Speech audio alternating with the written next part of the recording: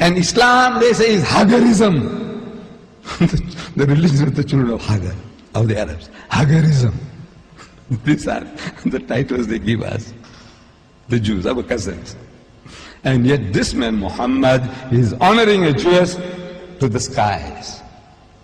Amazing. It's unbelievable. You can't believe. I said, if Muhammad did that job, why did he do such a thing? It's a silly thing, wallah. It's a silly thing. He's offending the Christians. And he's offending the Arabs. The Arabs, naturally they feel that another Arab woman might have been a likely candidate. Not his own mother, Muhammad's mother, not even his mother, not his wife, not his daughter. When we believe that his daughter Fatima will be the leader of the women of paradise. But no, even her name is not mentioned in this book. Her name is not mentioned. Muhammad's mother's name is not mentioned. Not a single of his wife's names are mentioned. Amazing, this book. So people get puzzled.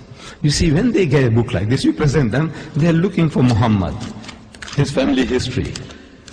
And you don't find it. You wonder who is his father. You know his father's name is not there. You don't know where he was born. It's not here. Do you know that? Who was his father? Who's his mother? Where he was born? Where he died? Nothing, nothing at all. Why? Jesus, his enunciation, the good news, is described in 2 places in the Quran. 2 places. Muhammad's birth is not mentioned at all. Muhammad is mentioned 5 times, Jesus 25 times, Moses 136 times. No. This is a very amazing book.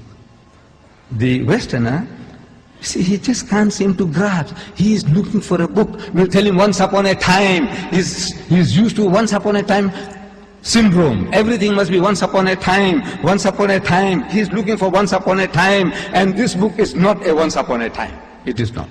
It is a very concentrated book. Therefore, you need an index. And the topics that tickle you, my brothers and sisters, you look up those topics that will make interesting reading for you. Get it. Get it as soon as possible. This book. So now, we Muslims are made to believe that Jesus is one of the mightiest messengers of God. That he is the Messiah, translated Christ.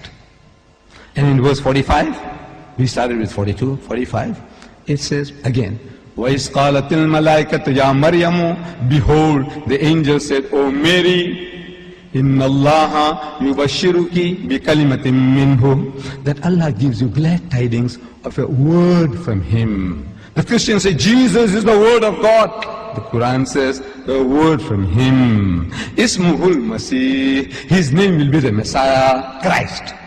Masih in Arabic, Messiah in Hebrew, translated into Greek, Christos. And Christos is too much a word to say, so they cut off the os and left with Christ. Christ means the anointed one. Messiah means the anointed one. Masih means the anointed one. They all are trying to say the same thing.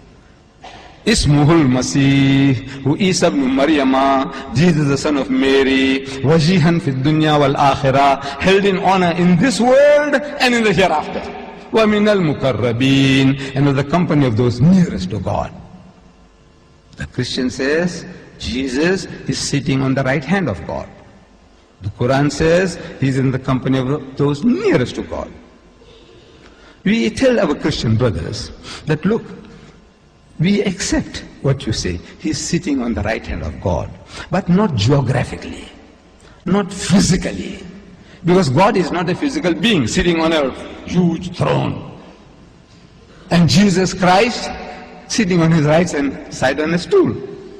No, to me it makes no sense. This Almighty who permeates the whole universe, on beside him a little flea, a termite, what is it? An atom, you know, and what can I describe? A small piece of bacteria, you know, on a stool. Does it make, what honor is this? No. I say, we Eastern people, when we speak about the right hand, we mean a place of honor. My right hand man is not necessarily sitting on my right hand side. He can be sitting on my left hand side. He can be sitting behind me. He can be in front of me. My right hand man. I mean, anything I want to discuss, I have a problem, I want to consult, I consult my right hand man. But my right hand man will be sitting on my left hand side. No, no. This is the figure of speech to say a person, a position who occupies a very important position in my estimation. That's what it means right now. So we say right hand, yes. Sitting on the right hand of God, not physically, not geographically, but in status. He doesn't have to sit on the right hand side. So now these are difference of seeing at the same thing through different light. You don't have to accept our interpretation. They don't have to. But you say, now look, this sounds more reasonable to say that he occupies a very, very important position. And وَيُكَلِّمُ النَّاسَ, he will speak to the people, فِي الْمَهْدِ وَكَحْلًا, in childhood and in maturity, وَمِنَ الصَّالِحِينَ, and he shall be of the company of the righteous. This is Jesus. He will speak in childhood and in maturity, and he will be in the company of the righteous. This is again confirmed in the Quran. The statement is made in chapter 3. In chapter 19, it's being confirmed. That he spoke to the people as an infant in his mother's arms. The very first miracle of Jesus in the Holy Bible. You find that in the Gospel of St. John, chapter 2. That Jesus and his disciples and his mother were invited at the marriage feast at Cana. Cana is the name of the place. Marriage feast at Cana. The very first miracle of Jesus, according to the Holy Bible. He is invited at the marriage feast at Cana, and the people run short of wine. So his mother comes to him. John chapter 2, I'm reading to you. His mother comes to him and says, son, look, these people have run short of wine. I know in the back of our minds, I know you got mysterious powers, you can help them to solve the problem. This is the plea made by his mother. And Jesus responds. He says, woman, what have I to do with thee? Woman, what have I to do with thee? My time is not yet.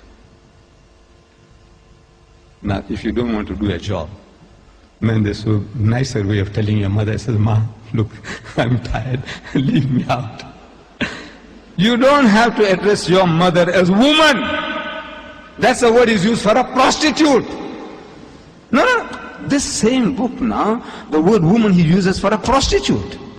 That woman caught in the act of adultery. In the Bible, you read John chapter 8. A woman. So the Jews bring this woman to Jesus. They said, Master, we caught this woman in the act. What must we do to her? Actually, they're trying to trap him. They're not looking for an answer. If he says, let her go, man, they said, this man is not a man of God. Look, the book of Leviticus, in our Torah, it tells us that the adulterer and the adulteress must be stoned to death. Is he a Messiah? Can he be the man of God? He says, let her go. He's rejected. If he says, stone her, they'll kill her. And adultery was not a capital crime in the Roman Empire. So they catch him. I said, why did you kill this woman? He said, our Messiah says so. So he's beaten the devil in the deep.